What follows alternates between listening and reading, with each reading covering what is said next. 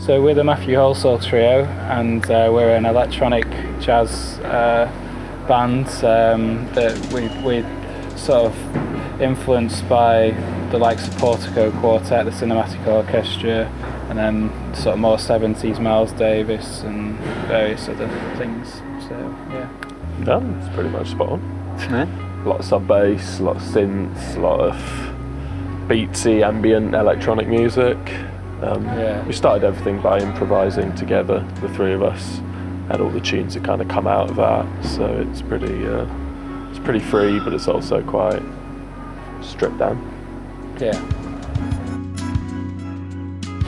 We generally have pretty much exactly the same setup when we work, because we work by playing together. That's how we kind of come up with all stuff. the gear. So it's all pretty, with all the gear. So we set everything up, throw about a few ideas, and play. So it's basically pretty much the same setup as we have on stage, except usually in Matt's basement. It's a bit less glamorous.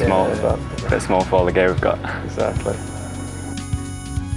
I mean, under my artist name, Matthew Holsall, I've put out 4 jazz albums. I've got another one coming out soon under the name Matthew Holsall and the Gondwana Orchestra. And this project has always been something that has been lurking in the background, embracing technology and sort of appealing to much more sort of festival and larger club spaces. And it's finally got to a stage where I found the right people to collaborate with in Taz and Matt. And we're now ready to sort of become a solid full-time band. And we've got an album's worth of material that we're working on. And so it now feels like, because we're all working equally on every track and working equally in rehearsals and on gigs, it feels like we need to change.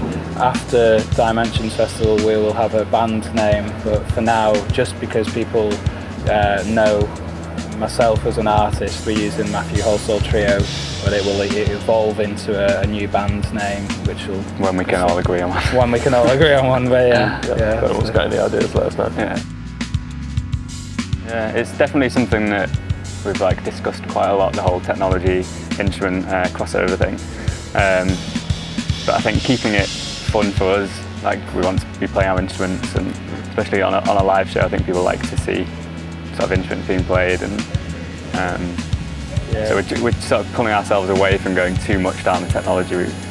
I mean, the technology that we use, we really want it to be technology that we can control and manipulate in a creative way, like a trumpet or any other instrument would be played. It's all very hands-on has stuff, to be isn't it? something that we can physically control and pull around and have a lot of fun with. We don't really like sequences and things that sort of become sort of very rock solid, sort of stuck in loops and stuff. So we tend to let it all be much more organic.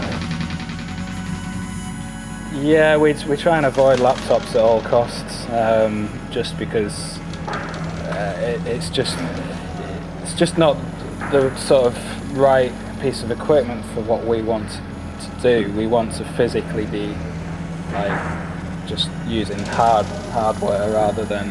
I think it's taking the things about the technology that can give us sounds and things that we can't do ourselves, and just using those to adapt to what we do, rather than starting with all of that and then playing along with it, which is what I guess a lot of people end up doing. You can get tied in too much to